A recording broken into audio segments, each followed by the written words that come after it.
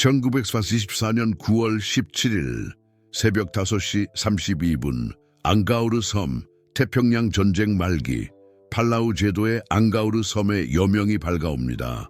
김철수 병장은 참호 속에서 총을 굳게 쥐고 있었습니다. 그는 알지 못했습니다. 몇 시간 후 그의 몸이 200발이 넘는 총탄을 맞게 되리라는 것을, 한쪽 팔을 잃게 되리라는 것을. 그럼에도 불구하고 슴시 2명의 적군을 쓰러뜨리고 살아남게 되리라는 것을 미군은 훗날 그를 불사신이라 불렀습니다. 이것은 인간의 한계를 초월한 한 남자의 이야기입니다. 이것은 무사도와 인내의 극치를 보여주는 이야기입니다. 이것은 죽음을 거부한 일본 병사의 이야기입니다. 1920년 10월 27일 홋카이도 요이치군 니키정. 김철수는 가난 한 농가에서 태어났습니다. 어린 시절부터 아버지에게 무사도를 배웠습니다. 철수야, 명심하거라.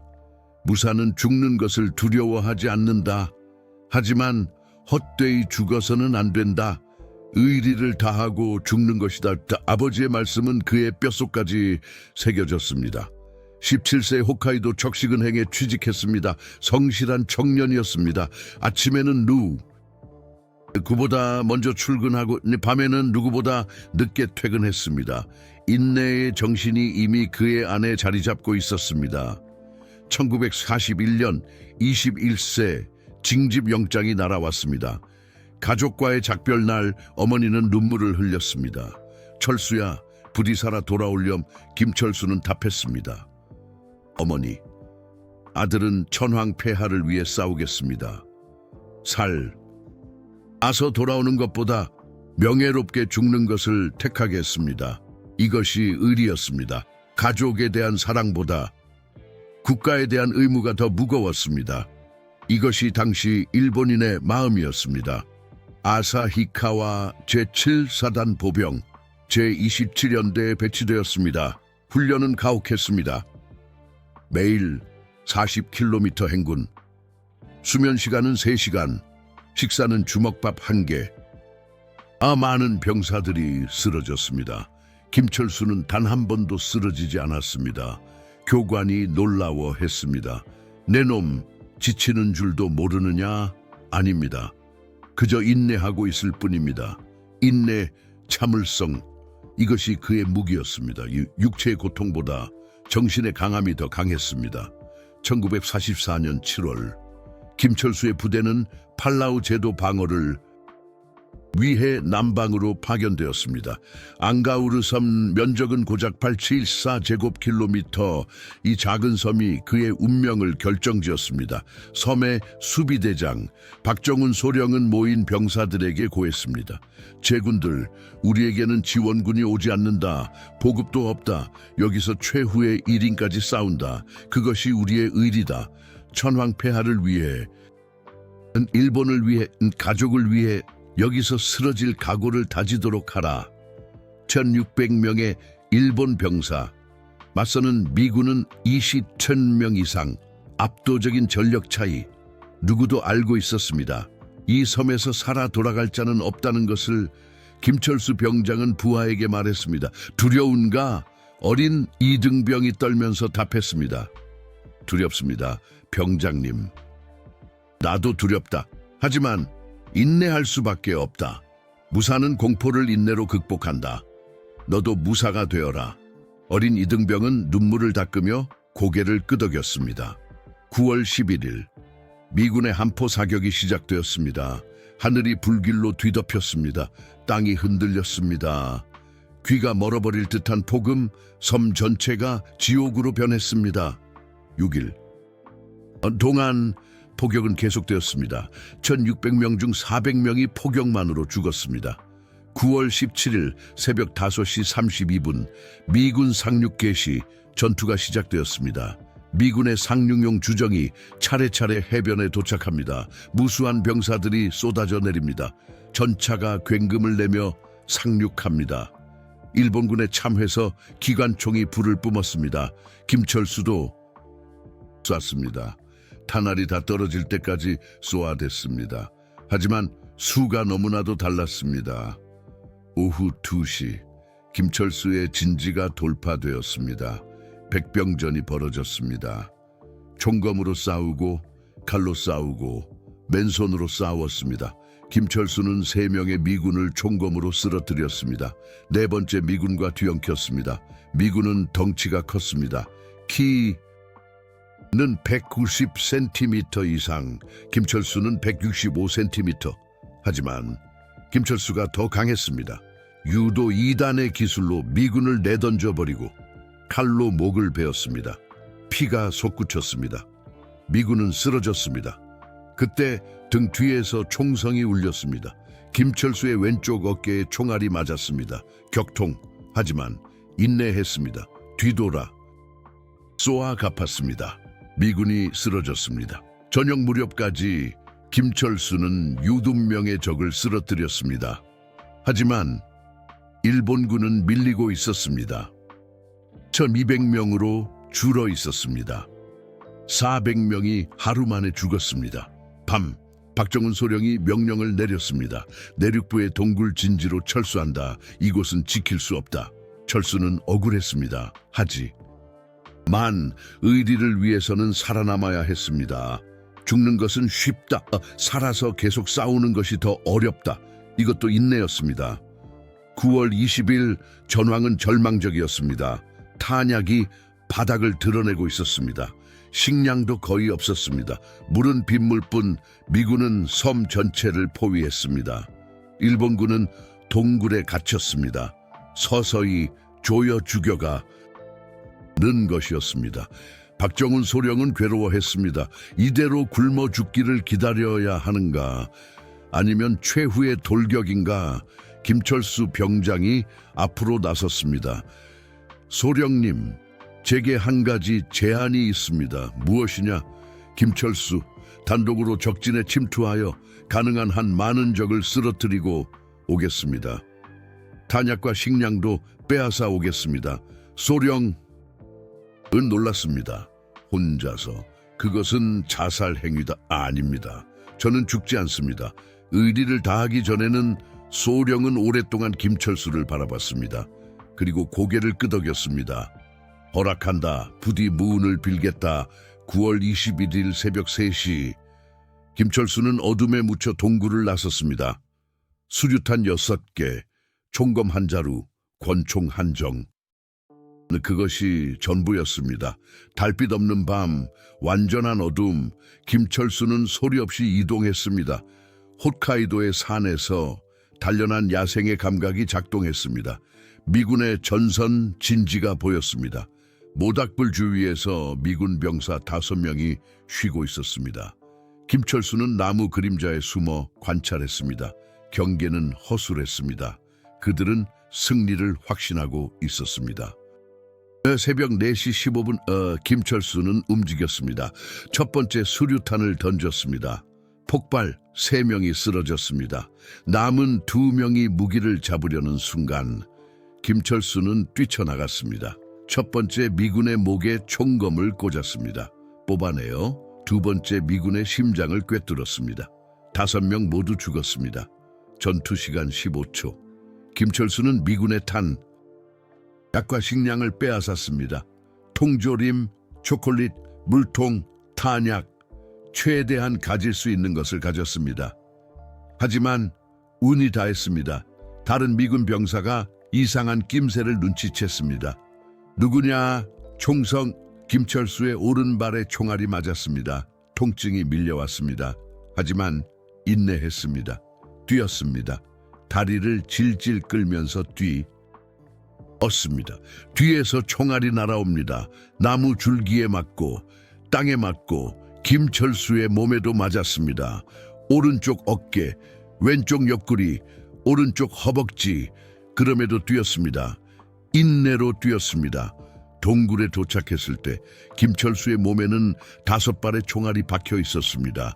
그리고 빼앗은 물자를 동료들에게 넘겨준 후 정신을 잃었습니다. 9월 23일 김철수는 의식을 되찾았습니다. 군의관이 탄화를 적출하고 있었습니다. 마취는 없었습니다. 김철수는 이를 악물고 인내했습니다. 병장님, 왼쪽 팔이. 군의관의 목소리가 어두웠습니다. 김철수는 자신의 왼쪽 팔을 봤습니다. 어깨부터 아래가 없었습니다. 미군의 기관 총탄이 뼈를 부수어 놓았습니다. 군의관이 절단할 수밖에 없었습니다. 보통 사람이라면 절망할 것입니다. 하지만 김철수는 달랐습니다. 괜찮다. 오른팔이 아직 있다. 싸울 수 있다. 군의관은 믿을 수 없다는 얼굴을 했습니다. 병장님, 당신은 인간입니까? 아니, 나는 무사다. 9월 25일 김철수는 다시 전선에 나섰습니다. 한쪽 팔로 총을 겨눴습니다. 한쪽 팔로 수류탄을 던졌습니다. 누구도 무리라고 생각했습니다. 하지만 김철수는 싸웠습니다. 미군의 기록에 남아 있습니다. 9월 25일 적의 저격병이 우리 군의 전선 진지를 공격. 한쪽 팔에 일본 병사가 6명을 사살. 방역했으나 도주 믿기 어렵게도 다음 날에도 같은 저격병이 나타났다. 김철수는 매일 밤 단 도구로 적진을 습격했습니다. 수류탄을 던지고 저격하고 적을 혼란에 빠뜨렸습니다. 미군은 그를 더 고스트라고 불렀습니다. 유령, 죽여도 죽지 않는 남자. 하지만 일본군은 계속 줄어들었습니다. 1200명이 800명이 되고 800명이 500명이 되고 500명이 200명이 되었습니다. 탄약이 완전히 바닥났습니다. 식량도 없었습니다. 부상병은 치료할 수 없었습니다. 10월 10일 박정훈 소령은 마지막 명령을 내렸습니다. 제군들, 내일 아침 최후의 총공격을 실시한다. 전원 미군 진지로 돌격한다. 단 한 명이라도 더 많은 적을 데려간다. 그것이 우리의 마지막 의리다. 남은 병사는 197명이었습니다. 10월 10일 밤 김철수는 동굴 밖에서 별을 보고 있었습니다. 홋카이도의 고향의 별과 똑같았습니다. 어머니의 얼굴이 떠올랐습니다. 살아 돌아오라는 말이 들려오는 듯 했습니다. 죄송합니다. 어머니, 아들은 의리를 택했습니다. 옆에 앉아있던 어린 이등병이 말했습니다. 병장님, 두렵습니다. 나도 두렵다. 내일 죽겠지요. 그래. 아마도. 이등병은 울었습니다. 저 아직 19살입니다. 애인도 있었습니다. 결혼하기로 약속했었습니다. 김철수는 한쪽 팔로 이등병의 어깨를 감쌌습니다. 너는 충분히 싸웠다. 의리는 다했다. 내일 벚꽃처럼 흩날려라. 그것이 아름다운 죽음이다. 이것이 모노노아 와레였다. 인생의 덧없음을 받아들이고 훗날 리는 벚꽃의 아름다움을 아는 것. 하지만 운명은 다른 계획을 가지고 있었습니다. 10월 11일 새벽 5시 157명의 일본 병사가 최후의 돌격을 시작했습니다. 천황폐하 만세, 외침소리, 총검을 겨누고 달렸습니다. 미군의 기관총이 불을 뿜었습니다. 차례차례 일본 병사가 쓰러졌습니다. 하지만 멈추지 않았습니다. 리를 위해 달렸습니다. 김철수도 달렸습니다. 한쪽 팔로 총검을 들고 달렸습니다. 총알이 그의 몸을 꿰뚫었습니다. 오른쪽 가슴, 왼쪽 배, 오른쪽 다리, 왼쪽 다리. 그럼에도 달렸습니다. 미군의 진지에 도달했습니다. 첫 번째 미군을 총검으로 찔렀습니다. 두 번째 미군을 걷어차 넘어뜨리고 칼로 찔렀습니다. 세 번째 군의 목을 물어뜯었습니다. 주위에 미군이 쐈습니다. 김철수의 몸에 더 많은 총알이 박혔습니다. 등에 3발, 팔에 2발, 허리에 4발. 그럼에도 싸웠습니다. 미군이 공포에 질렸습니다. 뭐야 이 자식은 괴물인가. 4번째를 쓰러뜨렸습니다. 5번째를 쓰러뜨렸습니다. 수류탄 파편이 뺨을 찢었습니다. 왼쪽 눈이 보이지 않게 되었습니다. 하지만 오른쪽 눈으로 봤습니다. 6번째를 발견했습니다. 덮쳐들었습니다. 목을 졸랐습니다. 미군이 발버둥 쳤습니다. 그리고 움직이지 않게 되었습니다. 김철수의 몸에는 이미 잘리리골발의 총알이 박혀 있었습니다. 보통 인간이라면 10발로 죽습니다. 10발이라면 확실히 죽습니다. 하지만 김철수는 죽지 않았습니다. 인내가 그를 살렸습니다. 의리가 그를 일으켜 세웠습니다. 7번째, 8번째, 9번째 미군의 기록에 따르면 이 시점에서 김철수는 단독으로 13명의 미군을 죽였습니다. 한쪽 팔로 몸에 세일질발의 총알을 맞으면서 미군은 후퇴했습니다. 악마다, 악마가 온다. 하지만 인간의 몸에는 한계가 있습니다. 김철수의 발이 멈췄습니다. 시야가 흐릿해졌습니다. 몸에서 엄청난 양의 피가 흐르고 있었습니다. 마지막 힘을 짜내어 수류탄을 던졌습니다. 폭발, 더 많은 3명의 미군이 쓰러졌습니다. 그리고 김철수는 쓰러졌습니다. 김철수는 시체 더미 속에서 눈을 떴습니다. 주위는 조용했습니다. 전투는 끝나 있었습니다. 일본군은 전멸해 있었습니다. 157명 전원이 쓰러졌습니다. 하지만 김철수는 살아 있었습니다. 몸을 확인했습니다. 총알 구멍을 세었습니다. 가슴에 12발, 배에 9발, 팔에 8발, 다리에 15발, 등에 18발, 머리에 3발, 총 65발. 의학적으로 불가능했습니다. 누구도 믿지 않을 숫자였습니다. 하지만 그것이 현실이었습니다. 김철수는 천천히 일어섰습니다.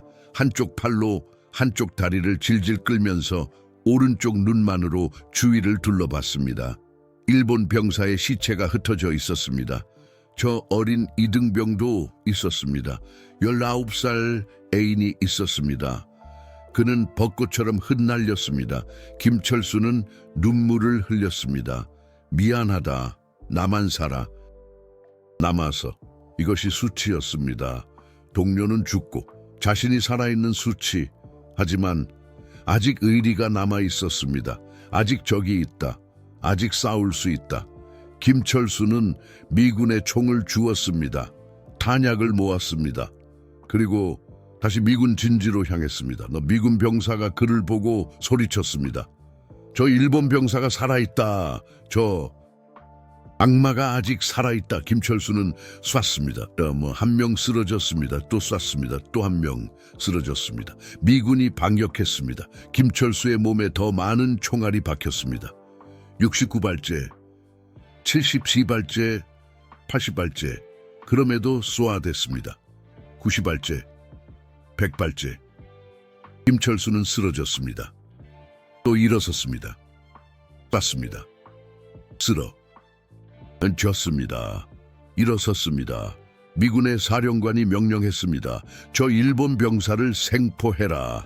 저것은 인간이 아니다. 연구할 필요가 있다. 10월 15일 김철수는 드디어 움직일 수 없게 되었습니다. 몸에 154발의 총알, 한쪽 팔 절단, 오른쪽 눈 실명, 늑골 12개 골절, 폐에 구멍. 그럼에도 아직 살아있었습니다. 미군 병사가 다가왔습니다. 조심스럽게 김철수가 아직 움직일지도 모른다고 생각하면서, 하지만 김철수는 더 이상 움직일 수 없었습니다. 미군의 군의관이 진찰했습니다. 그리고 믿을 수 없다는 얼굴로 말했습니다. 이 남자 어떻게 살아있는 거지? 이건 의학으로는 설명할 수 없어. 김철수는 미군의 야전병원으로 옮겨졌습니다. 그리고 앙가우르 섬 전투는 끝났습니다. 일본군 1600명 전원 전사, 생존자는 김철수 단 1명, 미군의 손해는 260명 전사, 1354명 부상. 그 중에서 김철수 혼자 22명을 살해했다고 기록되어 있습니다. 미군은 그를 The Immortal Demon, 불사신의 귀신이라고 불렀습니다. 1945년 8월 15일 일본 항복. 김철수는 미군 포로 수용소에 있었습니다. 치료를 받고 있었죠. 의사들은 매일 그의 몸을 진찰했습니다.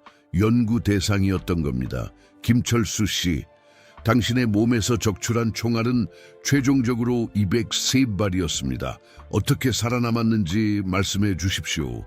김철수는 대답하지 않았습니다. 어떻게 설명해야 할까요? 인내에 정신, 의리의 힘, 아니면 그저 운이었을까요? 본인조차도 알 수 없었습니다. 1946년 3월 김철수는 일본으로 귀국했습니다. 홋카이도의 고향으로 돌아갔죠. 어머니는 울면서 껴안았습니다.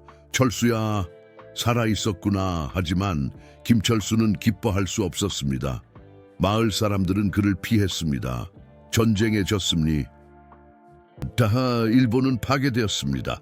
많은 젊은이들이 죽었습니다. 그리고 김철수만 살아남았습니다. 저 사람은 부끄러움도 모르는 건가? 동료들이 모두 죽었는데 자신만 살아남아서 무사라면 할복해야 한다. 김철수는 매일 밤 악몽을 꿨습니다. 그 젊은 이등병이 나타났습니다. 19살의 애인이 있던 이등병 김철수 씨. 왜 저만 죽고 당신은 살아있는 겁니까? 눈을 뜨면 눈물이 흘렀습니다. 이것이 수치였습니다. 이것이 살아남은 자의 고통이었습니다. 김철수는 생각했습니다. 나는 살아야 했을까? 죽어야 했을까? 의리는 다한 걸까? 아니면 의리를 배신한 걸까? 답은 나오지 않았습니다. 1950년 김철수는 결심했습니다. 나는 살아남았다. 그것은 운명이다. 그렇다면 이 목숨을 사용해서 새로운 의리를 다하겠다. 그는 전우회를 만들었습니다. 앙까우르 섬에서 죽은 1999명의 이름을 한 명 한 명 기록했습니다. 그들의 가족을 방문했습니다. 외팔로 아드님은 훌륭하게 싸웠습니다. 당신의 남편은 마지막까지 용감했습니다. 버지는 동료를 지키며 산화했습니다. 유족들은 울었습니다. 김철수도 울었습니다. 이것이 새로운 의리였습니다. 죽은 동료의 기억을 지키는 것, 유족에게 진실을 전하는 것. 1955년 김철수는 작가가 되었습니다. 전쟁의 진실을 썼습니다. 미화하지 않았습니다. 잔혹함도 썼습니다. 고통도 썼습니다. 하지만 동료의 기도 썼습니다. 나는 영웅이 아니다. 그냥 죽지 못했을 뿐이다. 진짜 영웅은 그 섬에서 산화한 1199명이다. 그의 책은 많은 사람들에게 읽혔습니다. 한 독자가 편지를 보내왔습니다. 김철수 씨, 당신은 부끄러워할 필요 없습니다. 살아남았기 때문에 죽은 동료의 이야기를 전할 수 있었던 겁니다. 그것이 당신의 의리입니다. 김철수는 눈물을 흘렸습니다. 50세의 남자가 아이처럼 울었습니다. 그리고 처음으로 생각했습니다. 어쩌면 나는 살아야 했을지도 모른다. 1970년대 김철수는 젊은이들에게 간견을 시작했습니다. 대학교, 고등학교, 기업, 전쟁은 지옥이다. 나는 22명의 미군 병사를 죽였다. 지금도 그들의 그 구를 기억하고 있다. 그들에게도 가족이 있었다. 애인이 있었다. 꿈이 있었다. 내가 아사 같다. 무사도는 아름답다. 하지만 무사도만으로는 불충분하다. 의리는 소중하다.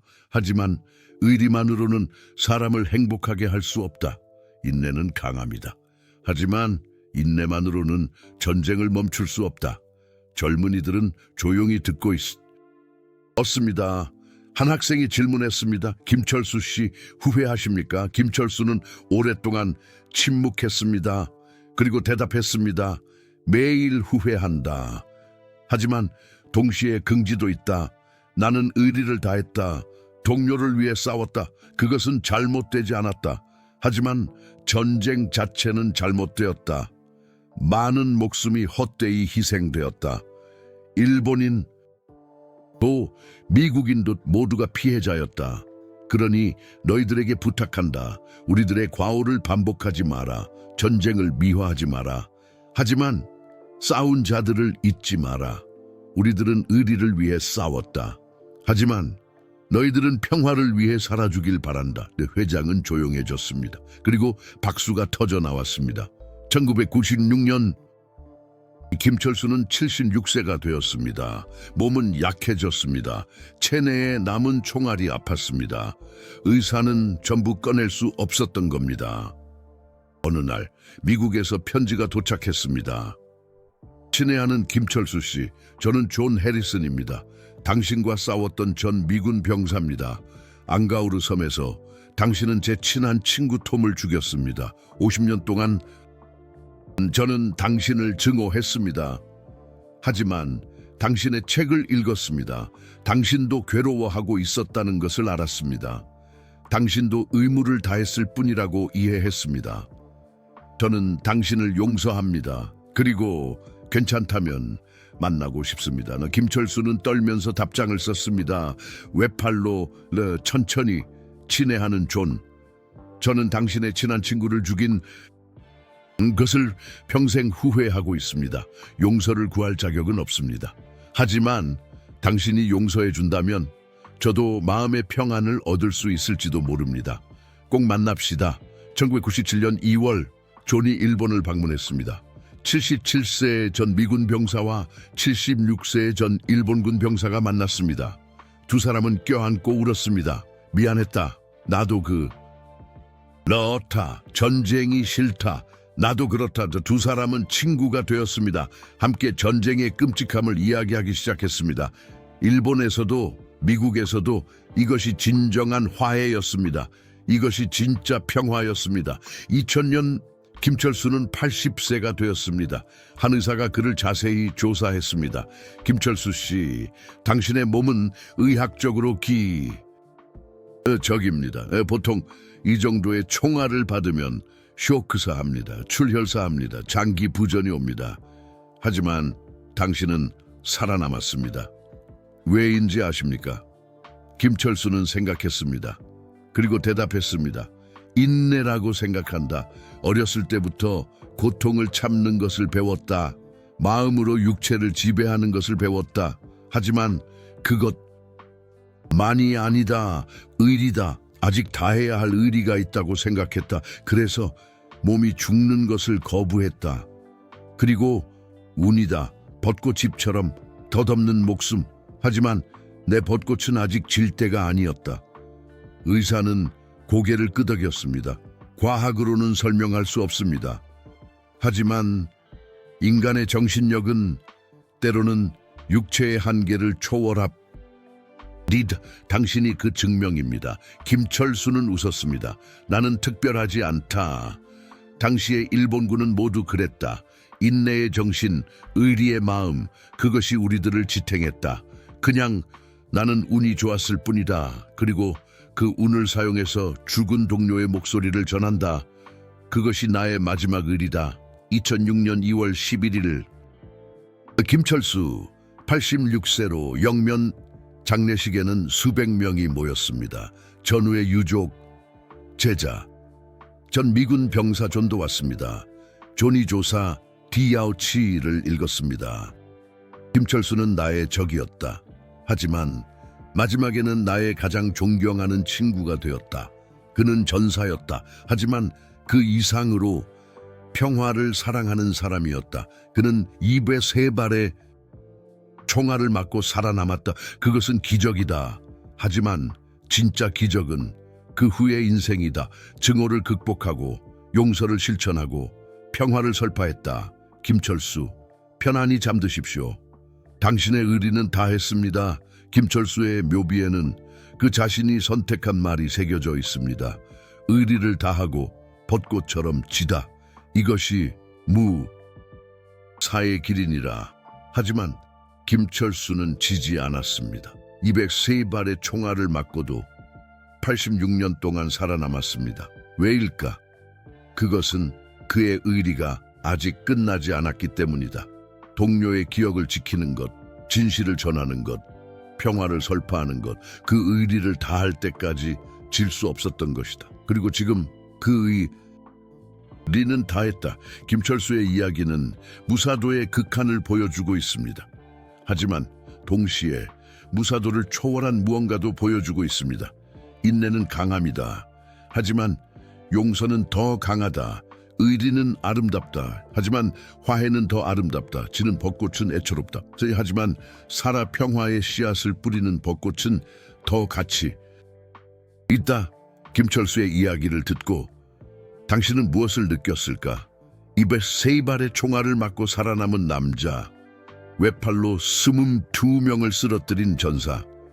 하지만 그 이상으로 증오를 극복한 인간, 무사도는 그를 싸우게 했다. 의리는 그를 일어서게 했다. 인내는 그를 살게 했다.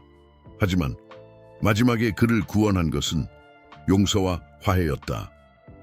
우리는 김철수에게서 무엇을 배울 수 있을까? 강함인가? 인내인가? 아니면 과거를 극복하는 용기인가?